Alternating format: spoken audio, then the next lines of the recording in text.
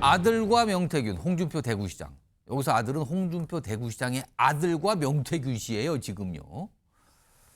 오늘 국회에서도 명태균 씨와 관련된 어떤 한 가지 상황이 좀 있었습니다. 모습 좀 확인해 보죠.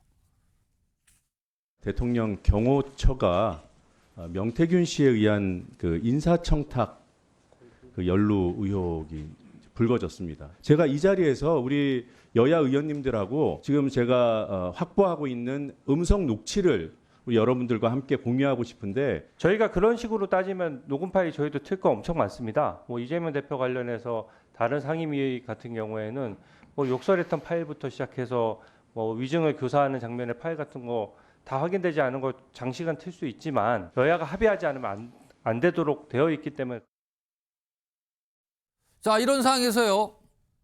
홍준표 시장의 아들과 명태균 씨가 뭐 과거에 문자를 좀 주고받아 이런 내용인지 알려졌죠. 화면으로 좀 소개해 드리겠습니다. 여기 이제 언론 보도를 통해서 알려지기 시작을 했어요. 2023년 5월경으로 좀 나오는데요. 홍준표 시장의 아들이 명태균 씨한테 뭐 잘 살펴봐 주세요. 그러면서 어떤 기사 하나를 첨부해요. 그런데 그 기사 내용은 뭐 윤 대통령 임기 말까지 뭐 발톱 세울 일 없을 것입니다. 뭐 이런 얘기를 한 내용을 다룬 기사인데 요거를 보내요. 명태균 씨한테. 그러면 이런 기사를 보낼 정도면 평소에 조금 뭔가 문자가 주고받은 거 아니냐 이렇게 생각이 들죠. 하나 더 보죠. 또 이런 일도 있었다 그러네요. 뭐 대구에 어떤 행사가 있는데 뭐 표가 매진입니다. 필요하시면 보내드릴게요. 게다가 명태균 씨가 감사합니다 그래요. 그리고 국회 일은 뭐 저기서 다 하네요. 그러면서 뭐 이런 얘기도 오가고 뭐 티켓 잘 받았습니다. 그런데 뭐 언제든지 말씀해 주세요. 이런 내용들의 문자들이 뭐 왔다 갔다 했다는 거예요. 이게 좀 알려줬거든요. 요거에 대해서 홍준표 시장이 해명을 좀 내놓죠. 여러 내용인데 우선 첫 번째 해명은 이거였어요. 내 아들 명태균에게 2번 문자 보낸 거는 아들과 명태균 밑에서 정치하던 최모 씨가 고교 동창. 그를 통해서 명 씨의 일방적 주장 사실로 믿고 감사 문자 보낸 것이다. 뭐 이런 해명이 나왔어요. 강성필 부대변인, 이거 무슨 상황으로 봐야 되는 겁니까? 일단 지금 홍준표 대구시장이 명태균 씨와의 무슨 관계가 있긴 있는 것 같습니다. 그렇기 때문에 홍준표 시장의 아들이 예. 명태균 씨한테 쉽게 말해서 잘 보이려고 한 거 아니겠습니까? 뭔가 티켓도 좀 드릴까요? 그리고 뭐 기사도 좀 보내주고 네. 뭐 이런 거예요. 그러면은 이게 긍정적으로 해석하면 좀 도움을 받기 위한 것이고 또 안 좋게 해석하면 약점을 잡힌 것이고 그렇게 볼 수가 있는데 일단 뭔가 본인과 좀 그 상대방에 대해서 좋게 생각하니까 뭐 본인 요 기사도 한번 네. 봐주세요. 그러고 뭐 필요하시면 티켓도 좀 드릴까요? 이런 걸 물어본 건가요? 그러면은? 그러니까 이제 약점을 잡혔든지 잘 보이려고 하든지 그게 명태균 씨한테 원하고 명태균 씨가 해줄 수 있는 것은 제 개인적인 추측입니다만 미공표 여론조사입니다. 그러니까 미공표 여론조사 플러스 그 미공표 여론조사를 통해서 얻은 우리가 소위 말하는 로 데이터. 그러니까 이 여론조사 결과에 대해서 이 응답자들에 대한 반응 여기에 대해서 여러 가지를 정치적으로 선거에 활용을 할 수 있는 것이 있는데 예. 이 로 데이터를 제공하는 건 불법으로 알고 있습니다.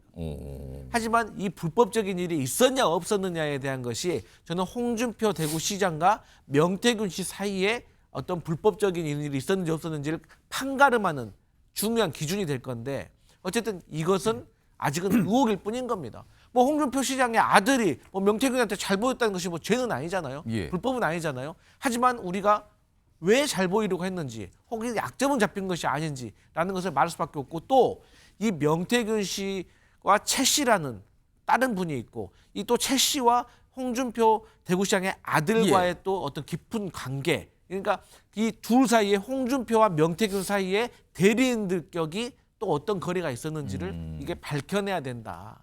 그래서 어쨌든 연기가 피어오르고 있다. 그래서 이것은 좀 강제권을 가진 수사로 좀 밝혀볼 필요가 있어 보인다. 이래 보입니다. 홍준표 시장이 이제 어제도 그렇고 계속 해명을 좀 많이 내놨어요. 추가적인 내용 좀 볼까요? 이런 내용도 좀 있었습니다. 황금폰에 내 목소리 문자 있는지 찾아보라. 내 기억엔 딱 한 번이라고 얘기를 해요. 정권 교체 후 실세라고 거들먹거리기에 전화 받고 더러워서 잘하라고 한마디 건넨 그 통화가 딱 한 번 있다. 이런 설명도 좀 내놨습니다.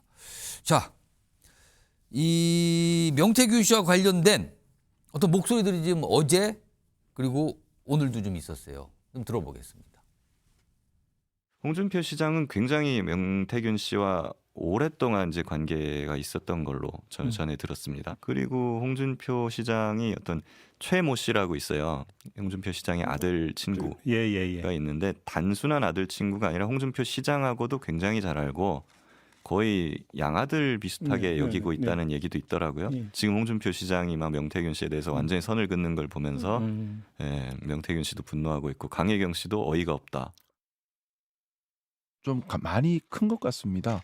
명태균 게이트로 인해서 뭐 대선뿐만 아니라 개별 국회의원들도 타격을 크게 입을 것이라는 우려가 큰 것 같은데요. 뭐 잘못된 것이 있다면 바로 잡아야 되는 것이 맞지 않나는 생각이고 감춘다고 감춰질 일인가 하는 생각은 좀 가지고 있습니다.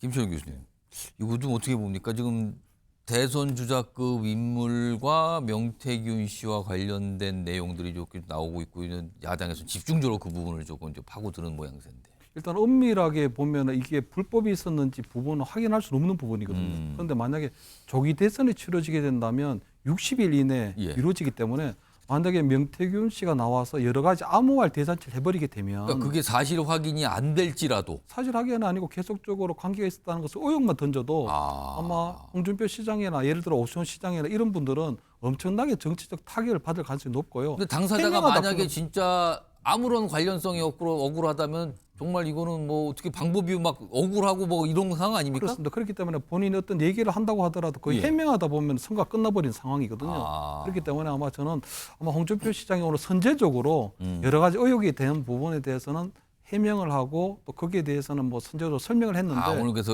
어제 오늘 뭐 여러 가지 얘기를 좀 내놓은 근데 이유가. 생각보다 이제 의혹이 조금 커질 수도 있게 됐다 이게. 이게 조금 더 크게 되는 게 보면 어쨌든 홍준표 대구시장이 그 전에 2012년부터 2017년까지 경남지사를 하게 되거든요. 근데 명태균 씨가 활동하던 그 베이스가 보면 경남이거든요. 예. 그렇기 때문에 어떤 형태로든지 조금은 연루가 돼 있지 않을까 하는 부분이 있는데 그러다 보면 지금 홍준표 시장이 보면 홍준표 시장이 이 명태균 씨와의 관계가 보면 홍준표 시장이 처음 그 대구시에 있는 직원이 홍준표 시장의 명의로 명태균 씨에게 2번의 명절 선물을 보내고 또 홍준표 시장이 대구에 그때 2020년에 그때 총선에 출마할 때 무소속 출마할 때 명태균 씨가 그때 여론조사를 해줬다는 것도 시작되는 거거든요. 그렇기 때문에 지금 아마 여러 가지 의혹들이 나오고 있기 때문에 저는 아마 한군폰에 있던 목소리도 있다고 지금 본인이 싫다는 상황이기 때문에 아마 홍준표 시장이 명태균 수렁에 빠질 가능성도 이제 좀 생겼다.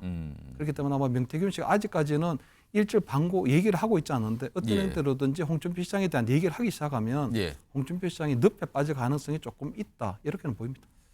그러니까 어떤 주장이 나오고 그거에 대한 반박이 나오고 다시 뭐 해명도 나오고 이런 상황 또 다시 반복이 되고 있어요 지금요. 자, 여권의 대선 주자로 꼽히시는 분과 관련된 여러 가지 상황 좀 전해드렸고요.